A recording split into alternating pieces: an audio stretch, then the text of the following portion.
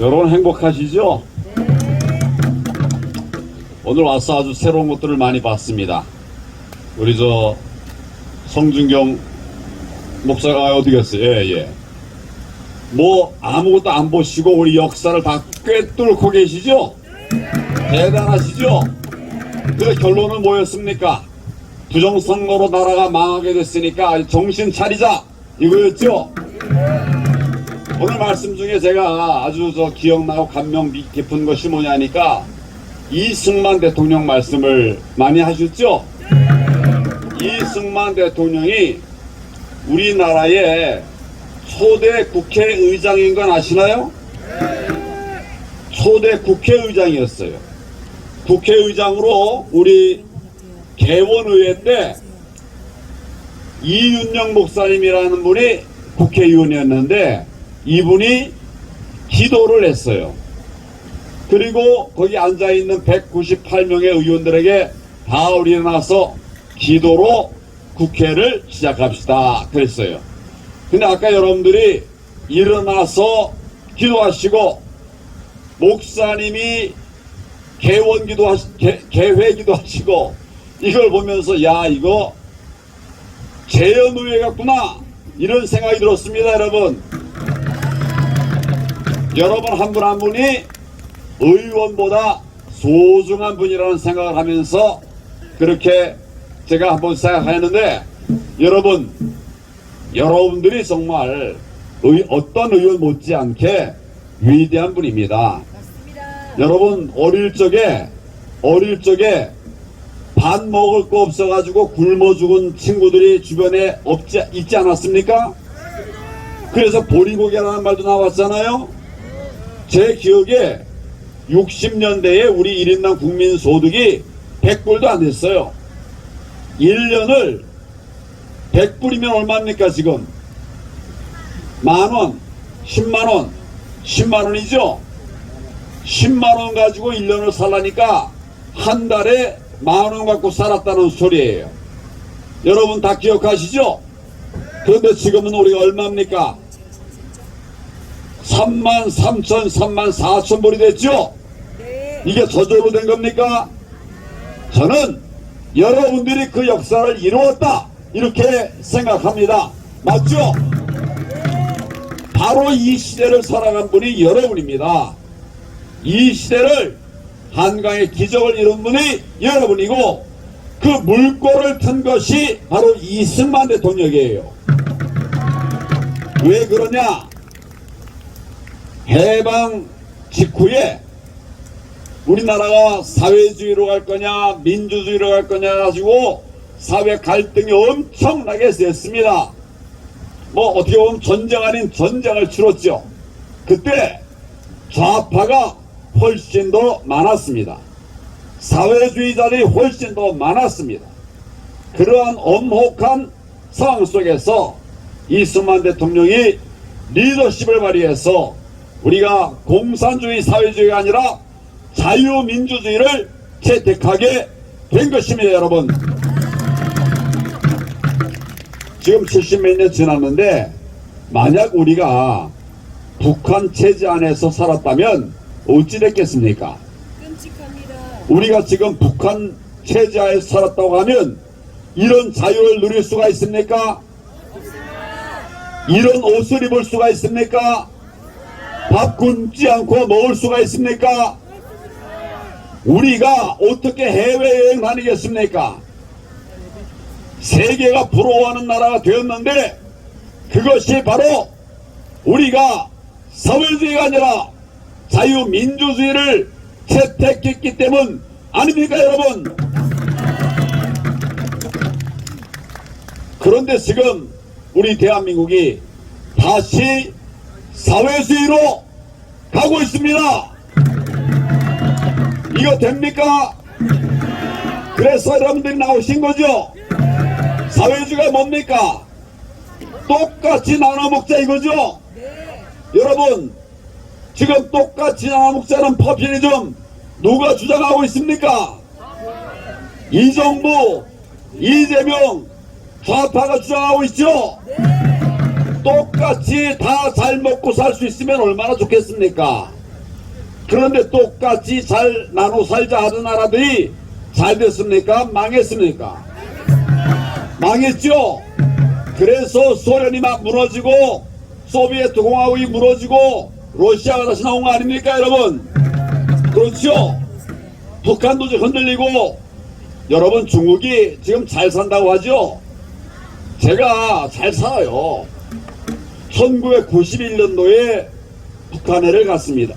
중국에를 갔습니다.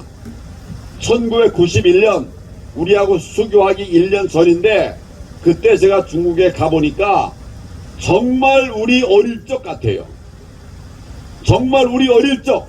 아까 제가 우리 60년대 60불 갖고 살았다고 그랬는데 그때 중국이 그랬어요. 오래되지 않았습니다. 1991년에 제가 중국에 갔는데 그 사람들 영어 한마디 못해요. 길거리에서 굿모닝 뭔 소리인지 몰라요. 호텔에 가야나 영어 조금 하게 되나 할 수 있는 먹고 차 없었습니다. 만리장성 가는 그 큰 길에 차가 뜨문뜨문 보였어요. 도로는 넓은데 차가 보이지 않고 자전거 타고 다니는 나라입니다. 그런데 제가 1997년도에 다시 중국에 갔더니 바뀌었어요. 바뀌고 있었습니다. 변화의 조짐이 보였어요. 제가 지금 말한 시점이 1991년과 1997년이죠. 이 사이에 어떤 일이 벌어졌는가? 중국이 시장 경제를 채택했습니다. 우리 체제는 사회주의지만 그러나 경제는 시장 경제의 좋은 점들을 한번 해보겠다. 이래가지고 시장 경제를 쓴 뒤로부터 하루가 다르게 중국이 바뀌고 제가 97년도에 갔더니 딴 세상이고 2011년도에 가봤습니다. 상해를 갔습니다. 완전히 새 세상이 됐어요. 우리 강남보다 더 번화한 그런 거리. 뭡니까? 뉴욕보다도 더 번화한 거리로 바뀌어버렸어요. 뭐냐? 시장경제 택했기 때문입니다.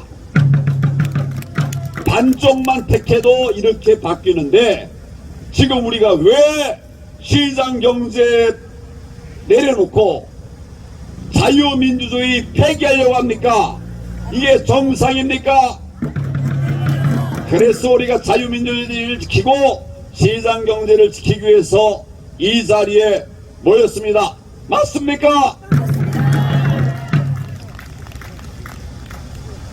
자유민주주의를 지키려고 하면 그 출발점은 민주적 선거입니다. 대통령이 임명하는 사람이 국회의원이 돼서 국회를 지배하면 이게 민주주의일까요? 대통령이 임명하는 사람이 대법원장 되고 대법관 되고 법원을 지배하면 이게 민주주의입니까? 아닙니다. 의원이 있고 법원이 있고 헌법재판소가 있고 또 선관위가 있는 것 같은데 제 역할을 못하면 이게 민주주의입니까? 지금 우리나라가 무너지고 있습니다. 먼저는 선관위가 무너졌어요. 여러분, 저는 선관위를 믿고 신뢰하던 사람입니다. 그래도 우리나라에 믿을 만한 국가기관은 법원, 검찰, 선관위. 그래도 이게 정권에 덜 흔들리고 또 정권이 무슨 부당한 짓을 하면 버티고 싸우기도 하고 이랬던 사람들입니다. 그래서 우리 국민들이 그 나름대로 잘못하는 것도 있지만 나름대로 신뢰하고 박수쳐 주셨던 거 아닙니까? 그런데 지금은 이자들이 가장 무너져 버렸습니다. 우선 선관위가 무너져 버렸어요. 부정선거의 주범이 바로 선관위입니다. 이들이 저질러 놓은 거 재판에 회부되니까 뭉개고 미루고 있는 것이 대법원입니다. 선관위가 무너지고 대법원이 무너졌습니다. 여러분, 지금 이것은 사법 시스템, 법률 시스템에 관한 문제인데 우리가 이것에 대해서 관심이 없으면 그 사이에 우리 법치가 무너지고 그리고 자유민주주의 시장경제도 무너져가게 되는 겁니다. 지금 우리가 그 바탕이 흔들리고 있습니다. 여기 믿을 사람이 누가 있어요? 선관위원장 믿습니까? 화천대유에서 이득을 취했죠?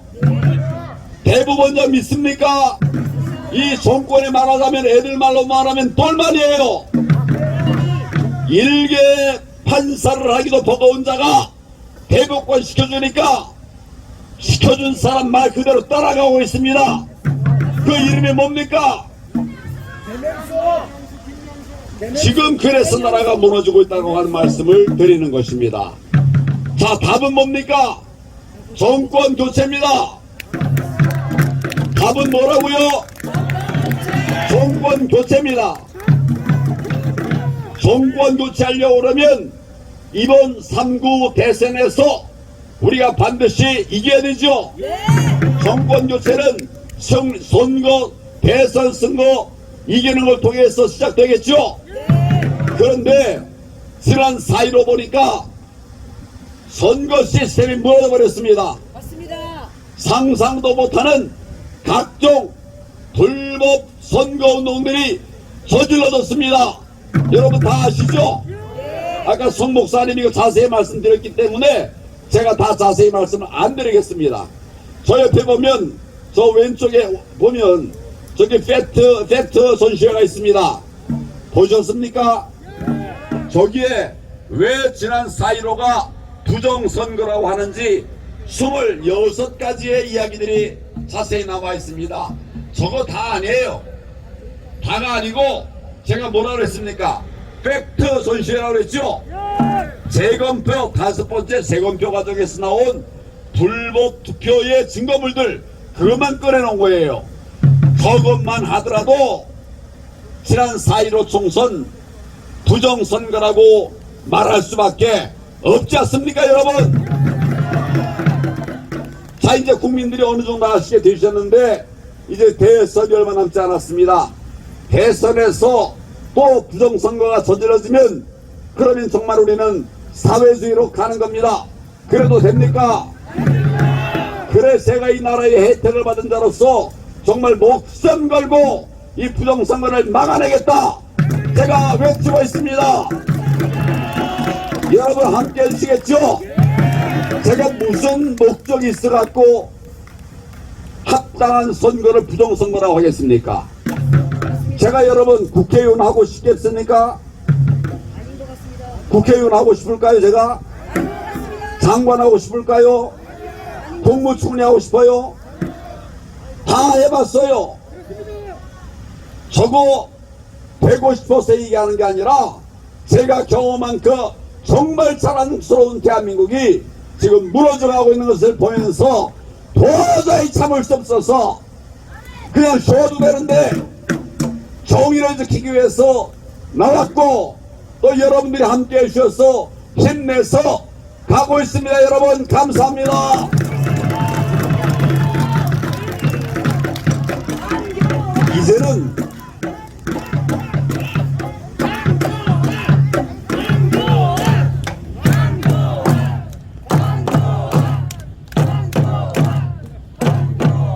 이제는 이번 3구 대선에서 이겨야 합니다. 정정당당하게 싸우면 우리는 반드시 이깁니다. 지금 이기고 있죠? 그러면 이 좌파 집권 세력들이 민주당이 어떻게 하겠습니까? 아니 내가 국민표에 썼으니까 물러나겠다 이렇게 하겠습니까? 안 할 것 같습니다. 자기들이 한 짓이 있죠? 문재인 정권 한 짓 여러분보다 자기들이 더 잘할 겁니다. 뒤에서 별별 교례한 거 우리보다 더 잘하겠죠? 그런데 우리가 본 것만 해도 이 정부는 우리가 선택하고 따라갈 수가 없는 정부예요. 바꿔야 되는데 특히 부정선거 공작을 막지 않으면 이 무도한 정권이 무너지기 전에 무슨 일을 할지 모릅니다. 맞습니다. 그 전형적인 게 뭡니까? 표를 바꿔치는 거죠. 표 바꿔치면 누가 나와도 이길 수가 없습니다, 여러분. 그러니까 표 바꿔치는 부정선거를 막아내기 위해서 저도 나왔고 여러분도 나오신 거 아닙니까? 이제 우리가 이기는 방법들에 대해서만 이야기를 좀 하도록 하겠습니다. 저는 이번 대선에서 이기기 위해서 부정선거 방지대, 영어로 말하면 일렉션 선거, 저스티스 정의, 아미 군대, 부정선거를 막아내기 위한 군대를 구성했습니다. 여러분, 부방대입니다. 부정선거를 막아내기 위한 부방대. 이제 지난 뭡니까? 뭐 얼마 안 됐어요. 출범한 게 제 기억에 언제 출범했습니까 우리가? 1월 28일 날 출범을 했대요. 근데 제 날짜가 약간 이상한데 어쨌거나 출발한 지가 얼마 안 됐습니다. 안 됐는데 지금 국민들이 모이고 있어요. 제가 1533-5415 부정선거 막아야 된다는 데 뜻같이 하는 분 모여주십시오 그랬더니 단기간 내에 막 모여들었습니다. 하루에 뭐 얼마씩 해가지고 10,000명씩 이래가지고 제가 여기 들어오기 전에 확인해 보니까 34만 명이 모였어요. 이 자유우파에는 유례가 없는 일입니다. 단기간 내에 34만 명이 모였습니다. 그래서 이번에 이제 부방대 만들어가지고 부정선거 방지 활동할 분들, 뭐 너무 연세 많은 분 힘들 거 아닙니까? 어린 사람들은 또 학교 다녀야 되잖아요. 여러 가지 직장 때문에 메인 분도 있고 막 그래서 그 34만 분에게 제가 다 문자를 보내드렸습니다. 혹시 이 문자 받는 거 부담스러우면 수신 거부하십시오. 다 알려주고 그렇게 해서 보내드렸어요. 그랬더니 이제 부방대원들이 모여들고 있습니다. 한 분 한 분 모여들고 있습니다. 지금 얼마가 됐는가? 10,000명이 넘었습니다. 불과 얼마 안 된 며칠 사이에 10,000명이 모였어요. 국민들의 분노가 지금 구체화되고 있습니다. 그런데 여러분, 이거 가지고 안 됩니다. 지금 우리가 구석구석 꼼꼼히 다 막아내려고 하면 46,000명이 필요합니다. 지금 10,000명이 안주할 때가 아니죠? 네. 우리 46,000명 만들어 봅시다, 여러분. 여러분들이 대장이에요. 그러니까 이제 여러분들이 몇 명씩 모으면 10,000명이 46,000 되겠습니까? 한 분이 몇 명 모으면 됩니까? 4명 모으면 되죠? 우리 아들, 딸 2명 있죠? 친척 2명 있죠? 잘 설득을 해서 이분들을 부방대로 모아주시기 바랍니다. 그래서 우리 5만 명 만들어서 정말 구석구석 제대로 된 감시하고 제대로 된 참관을 해서 부정선거 다 막지는 못하지만 거의 다 막을 수 있으면 이기는 거 아닙니까? 정말 우리가 제대로 하면 다 막을 수 있어요. 그렇지만 우리가 어쨌든 5만이면 46,000이면 할 수 있다는데 4명씩 더 모으면 된다는데 여러분 할만하죠? 해주시기 바랍니다. 알겠습니다. 그래서 제가 지금 플랫폼을 만들었어요. 우리 홈페이지 만들었는데 부방대 치시면 홈페이지로 들어올 수가 있습니다. 아직 회원 안 들어오신 분은 들어오시고 주변에게도 전해서 부방대에 들어올 수 있도록 해 주시기를 바랍니다. 제가 좋은 소식 한두 가지 좀 전해드리겠습니다. 지금 이 단기간 내에 많은 분들이 모이고 있다고 하는 그런 징표가 뭐냐니까 지금 부정선거 막기 위해서 애쓰고 있는 우리 우국 애국지사도 있어요. 또 우리 애국 시민들이 있습니다. 근데 문제는 이런 애국 시민들이 서로 분열해 있다, 나뉘어져 있다. 이게 문제 아닙니까? 근데 지금 다 모이고 있어요. 다 모이고 있어요. 다 모이고 있어요. 심지어는 다른 정당에 대해서도 제가 우리 부정선거 감시활동 같이 합시다. 다 같이 하겠다고 해요. 우리는 몇만 있습니다. 우리는 몇만 있습니다. 그렇게 말을 하는데 제가 얘기해서 못하겠다 이런 데가 한 군데도 없었습니다. 여러분 알고 계시는 부정선거 방지 활동하는 단체 어떤 거 아세요? 예? 예, 또 다 하고 있어요. 다 같이 하겠다고 하고 있어요. 이거 놀라운 변화죠? 놀라운 변화죠?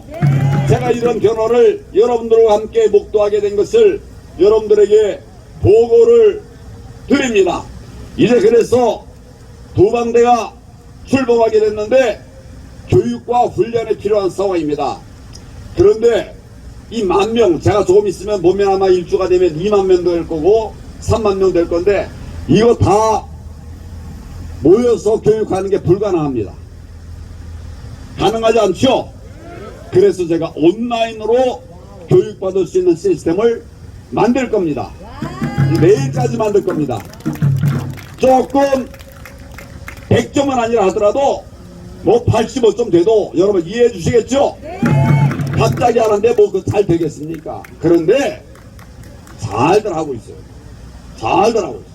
강사들이 다 자원봉사하는 사람입니다. 그렇다고 해서 아무나 하는 게 아니라 우리나라 최고의 부정선거 전문가들이 강의에서 동영상 올릴 거고 또 교재 만들었습니다. 이제 여러분들에게 나눠드릴 거예요. 여러분 기대가 되지 않습니까? 그런데 힘들어요. 왜냐하면 아직도 법이 잘못된 법이 지금 시행되고 있습니다.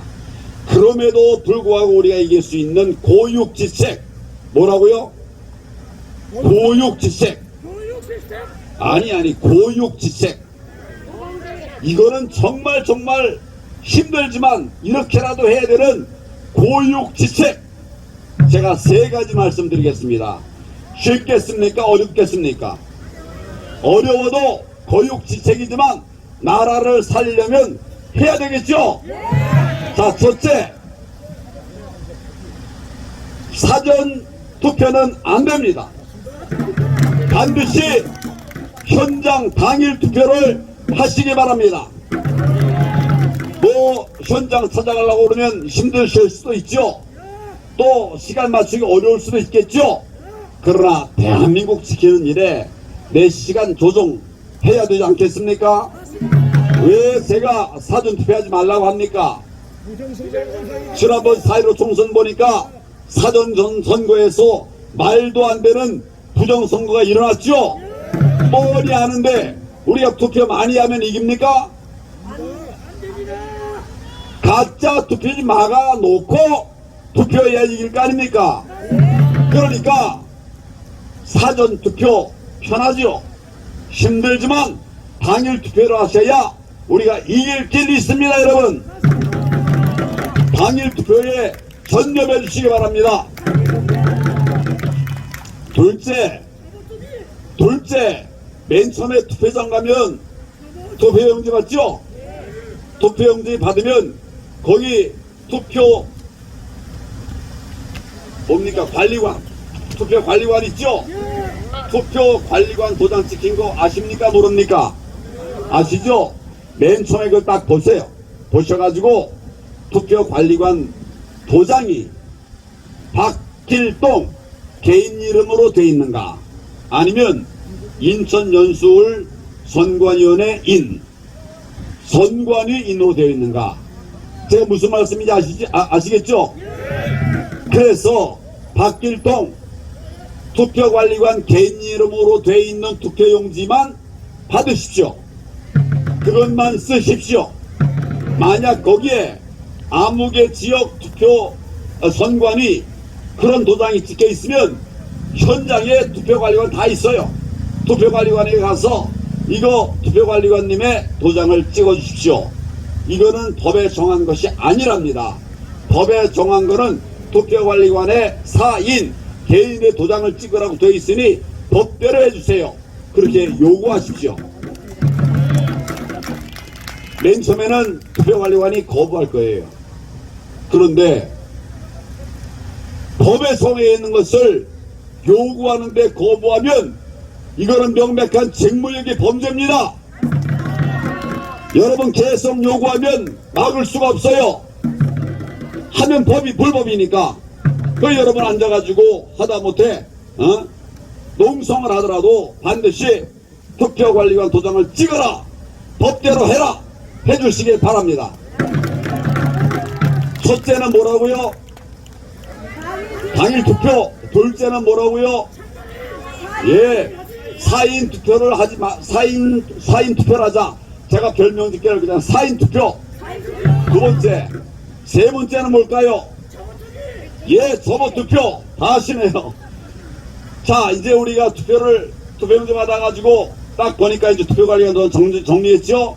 그래 이제 투표소로 가서 도장 찍기 전에 투표용지를 세로 2번 접으십시오. 또 접은 거를 가로로 2번 접으세요. 몇 번 접었습니까? 그래도 믿지 못하게 싶으면 적은 거 한 번 더 접으세요. 자, 그 다음에 펼치세요. 그래 놓고 이제 기표도장을 갖다가 여러분 원하는 분을 찍으십시오. 그 다음에 아까 접었던 거 폈죠? 펴서 기표한 거죠? 다시 아까대로 접어서 이제 투표장으로 가서 투표함에 집어 넣습니다. 자, 제가 이거 이름을 뭐라고 그랬는가 하면 뭐예요? 아니 제가 별명을 줬는데 접어투표.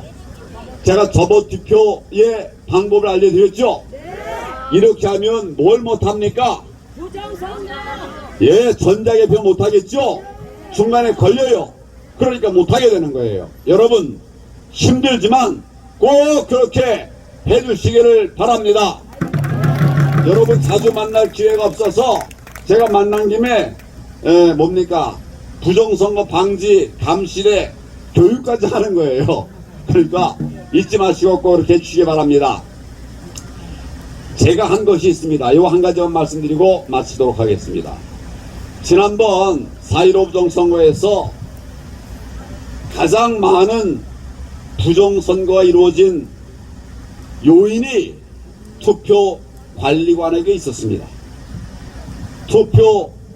투표관리관 도장이 제 도장이 아니라 아까 제가 말씀드린 개인의 도장, 자기 도장이 아니라 선관위 도장을 찍어 줌으로써 이제 그 선관위 도장 나중에 회수해 갔죠.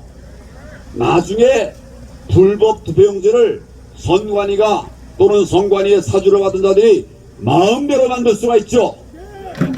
그래서 갈아치기도 가능하고 가짜 투표도 가능했던 것입니다. 이거 반드시 막아내야 됩니다. 그런데 우리가 막아내는 것도 방법이지만 스스로 투표관리관들이 스스로 알고 이 불법을 행하지 않게 하는 것이 더 낫겠죠. 그래서 최초로 이 투표관리관으로 동원될 만한 사람들, 뭐 지자체 공무원이라든지 또 학교 교사라든지 이런 분들이 투표관리관으로 차출될 가능성이 많죠. 학교 교사들. 그래서 이런 분들이 속한 기관에다가 제가 다 공문을 보냈습니다. 저는 지금은 공직자는 아니에요. 그렇지만 국민이라고 하면 이렇게 공문을 보낼 수 있는 시스템이 있는 것을 우리가 발견했습니다. 그래서 공문으로 다 보냈어요. 3,500개 기관에 보냈습니다. 다 보냈어요. 이제 구멍 있는 곳에도 마저 보낼 겁니다. 우리는 그런 노력을 합니다. 여러분들이 수고하고 있습니다. 애쓰고 있습니다. 대한민국 살려야 되지 않겠습니까? 바로 세워야 되지 않겠습니까? 그 출발점은 부정선거 바로 잡는 거 아니겠습니까? 우리가 백신 패스도 나가야 되겠죠? 백신 강제 접종도 막아야 되겠죠? 자유민주주의가 경고해야 이런 일이 가능하죠? 지금 반사회주의 되니까 강제로 백신 배치고 있지 않습니까? 백신 맞아가지고 사망한 분이 몇 분인지 아세요? 1,800명이 넘었습니다. 예, 한참 전에 1,800명이 넘었습니다. 안 맞았으면 좀 이렇게 코로나 때문에 고생하고 힘들지만 뭐 열흘 20일 지나면 낫는 거 아닙니까? 그러면 그 다음에는 완전 면역이 가능한 거 아니에요? 이걸 백신 맞고 돌아가신 분이 1,800명인데 이게 말이 됩니까?